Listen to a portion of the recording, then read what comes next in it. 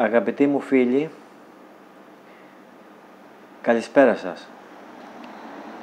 Έχουμε πάρα πολύ καιρό να τα πούμε και ο λόγος είναι καθαρά λόγω καλοκαιριού και λόγω αυξημένων υποχρεώσεων, περισσότερο λόγω θερμότητας.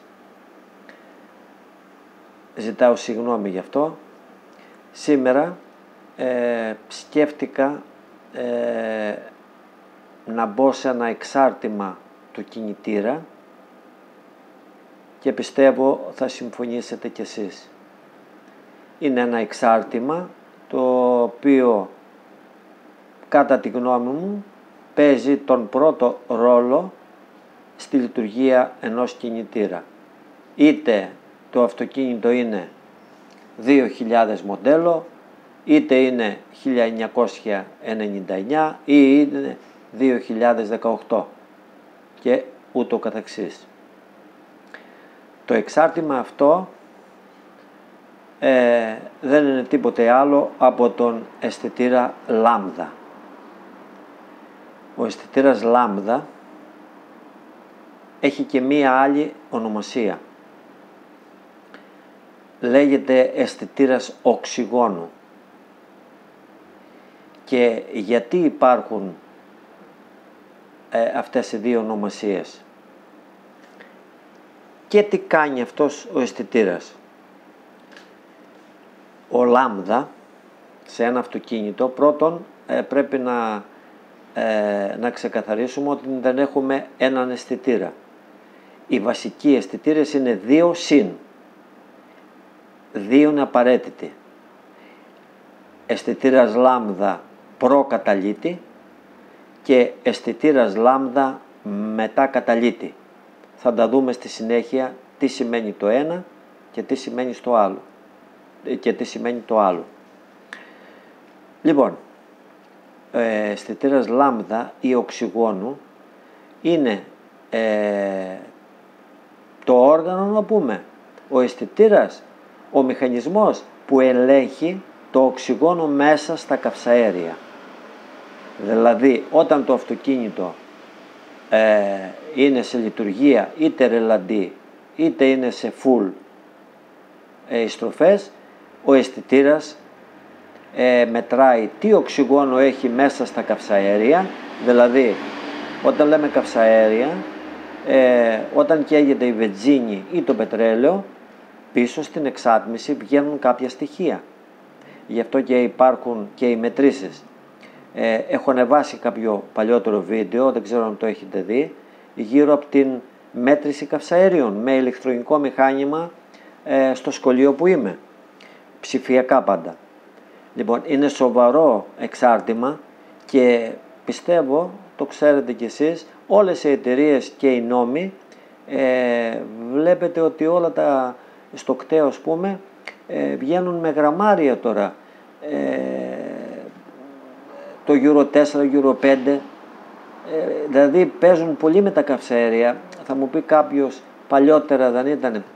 Παλιότερα ήτανε, αλλά δεν ήταν τόσο αυστηρά. Τώρα βέβαια, επειδή τα πράγματα οδηγούνται γύρω από κλιματικές αλλαγές και τέτοια, και δουλεύουν τόσα αυτοκίνητα συγχρόνως καθημερινά, τα εργοστάσια, τα κράτη, το κταίο, οι νόμοι στηρίζονται πολύ στα καυσαέρια και από εκεί βγαίνουν και τα τέλη κυκλοφορίας. Ακούμε για μηδενικά τέλη, για πράσινα τέλη και όλα αυτά. Έχω ασχοληθεί πάρα πολύ, ειδικά για τη στοιχειομετρία. Ο λάμδα δεν κάνει τίποτε άλλο που να παίζει με την στοιχειομετρία των καυσαερίων.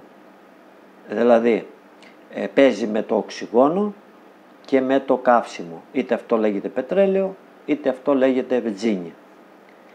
Διορθώνει δηλαδή σε κλάσματα δευτερολέπτου, δίνει εντολές στον εγκέφαλο το πόσο πετρέλαιο ή βενζίνη θα ψεκάσει, δηλαδή μελισεκόντ, θα ψεκάσει ανά δευτερόλεπτο. Και θα μου πει κάποιος, από πού θα το καταλάβει αυτό? Το καταλαβαίνει. Το καταλαβαίνει από τον εξής λόγο.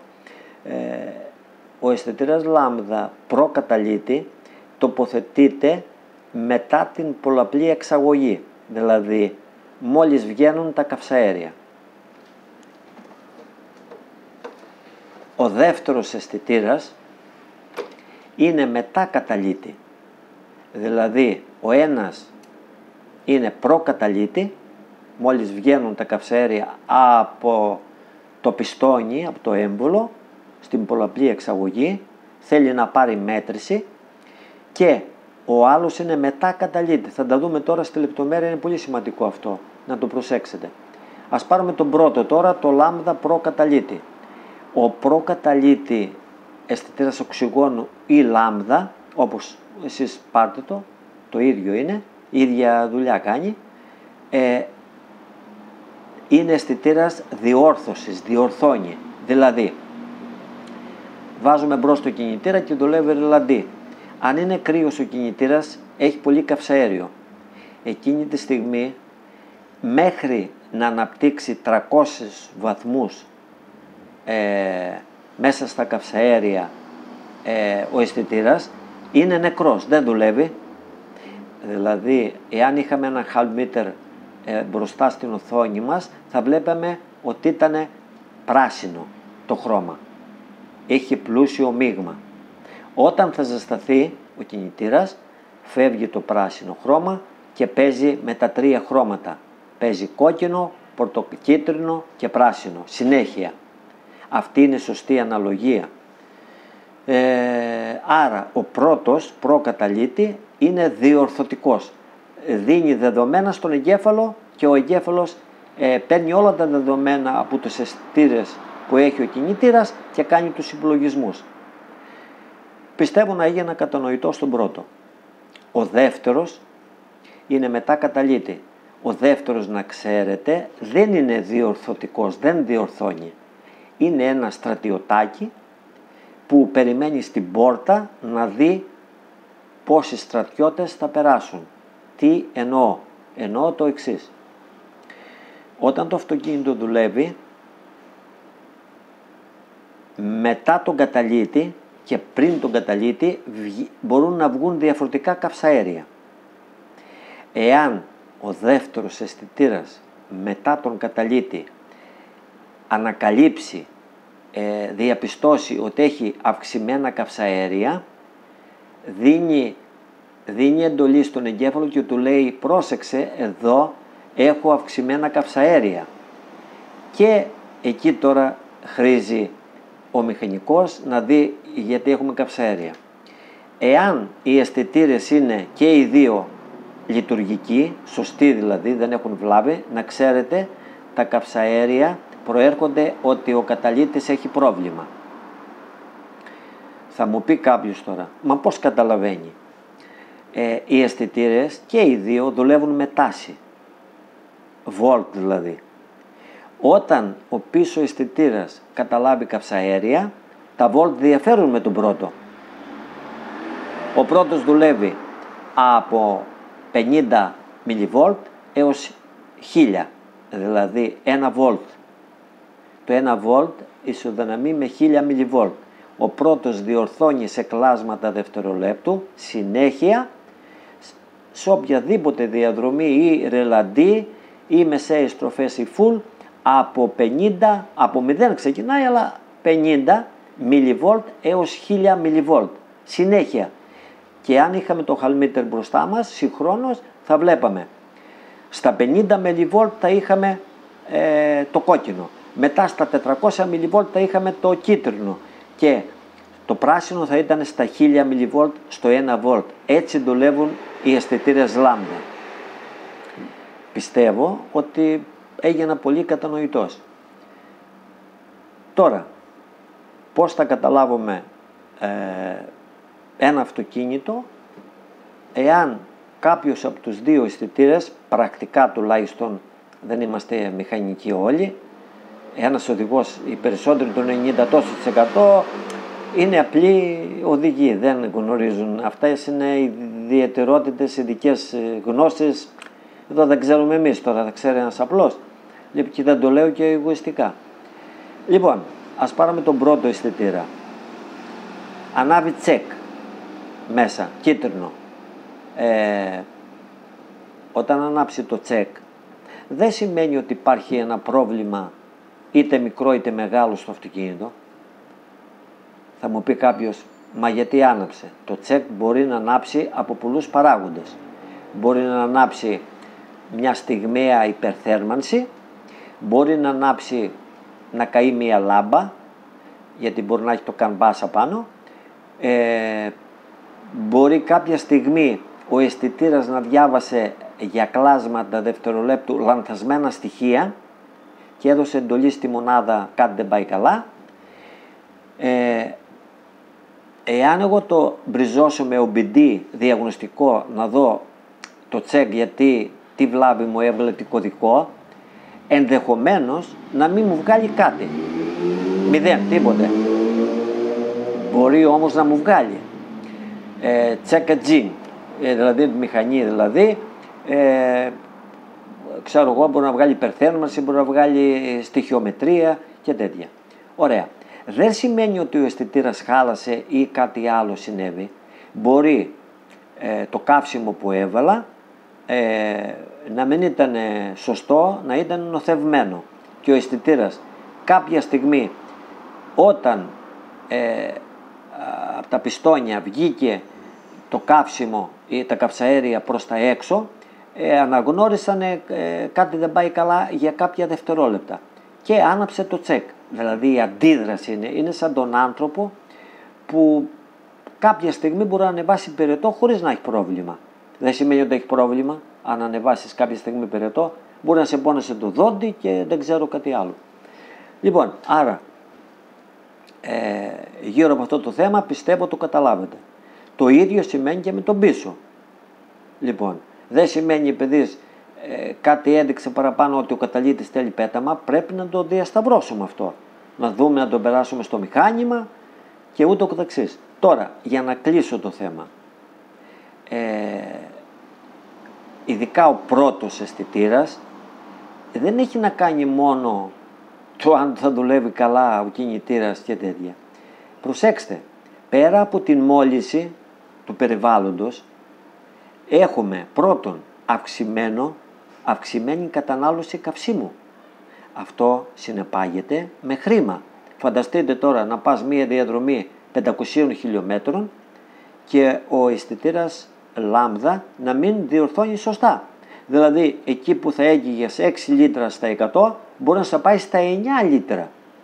Άρα το κόστος είναι πολύ σημαντικό. Αυτό για μένα σαν μηχανικός που διδάσκω και στο σχολείο δεν μου λέει κάτι στο χρήμα. Το χρήμα εντάξει. Πάω πιο βαθιά. Εάν δεν διορθώνει καλά ο αισθητήρας μπορεί να σου κάψει και τα πιστόνια. Τα έμπολα δηλαδή. Δηλαδή να πάθεις τεράστια ζημιά. Δηλαδή να έχεις ένα αυτοκίνητο που κοστίζει 40.000 ευρώ και να κάψεις τη μηχανή. Θα μου πει κάποιος, υπάρχει τέτοιο πράγμα? Βεβαίως υπάρχει και σας το λέω υπεύθυνα, 100%. Άρα,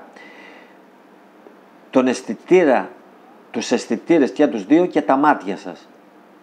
Και καλό είναι, ένας αισθητήρας δεν αντέχει για πολλά χιλιόμετρα.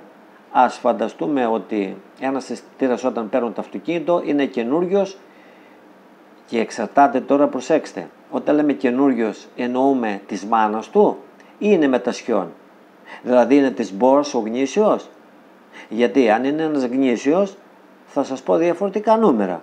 Να τα πάρω για τα δύο. Στην πρώτη περίπτωση ας πούμε ότι είναι ο αισθητήρας γνήσιος, αξιόπιστος. Αντέχει μέχρι 150.000 χιλιόμετρα. 130-150.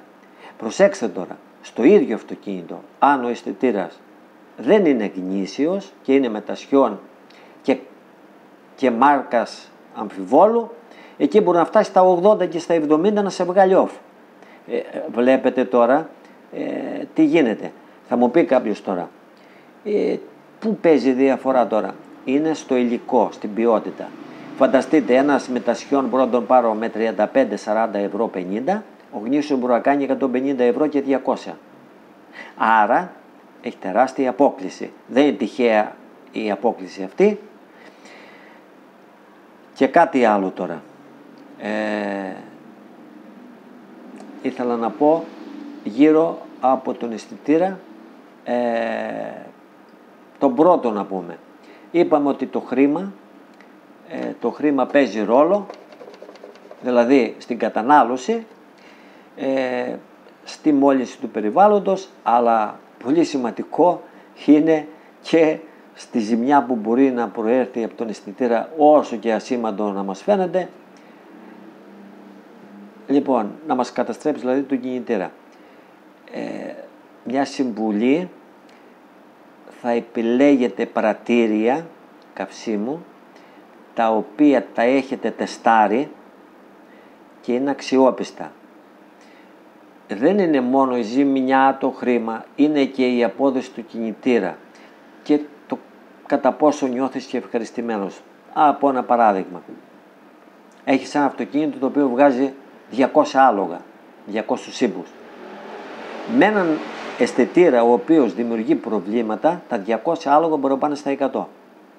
Φανταστείτε τώρα σε μια διαδρομή 500 χιλιόμετρων, ούτε ροπή θα έχουμε, ούτε ισχύ, θα μυρίζει το αυτοκίνητο και δεν θα νιώθουμε και καλά. Λοιπόν, άρα είναι συνάρτηση όλων αυτών που είπαμε γύρω από τους αισθητήρες. Άρα, αγοράζουμε ένα αυτοκίνητο μεταχειρισμένο. Δεν γνωρίζουμε το αυτοκίνητο αυτό τι και πώς και αυτά. Καλό είναι κάποια εξαρτήματα πρέπει να αλλάχτούν. Και το πρώτο που πρέπει να αλλάξει ο ιδιοκτήτης, ο νέος, είναι ο αισθητήρας. Αυτό κρατήστε το που σας λέω, τον αισθητήρα λάμδα και άλλους αισθητήρες, και το MAP και το MAF. Αλλά ο αισθητήρας λάμδα πρέπει να γίνει αλλαγή. Δεν χάνεται ο κόσμος τώρα, αν πάρω ένα αυτοκίνητο με 8.000 ευρώ και διαθέσω 150 να διαθέσω, θα τα βγάλω από το καύσιμο.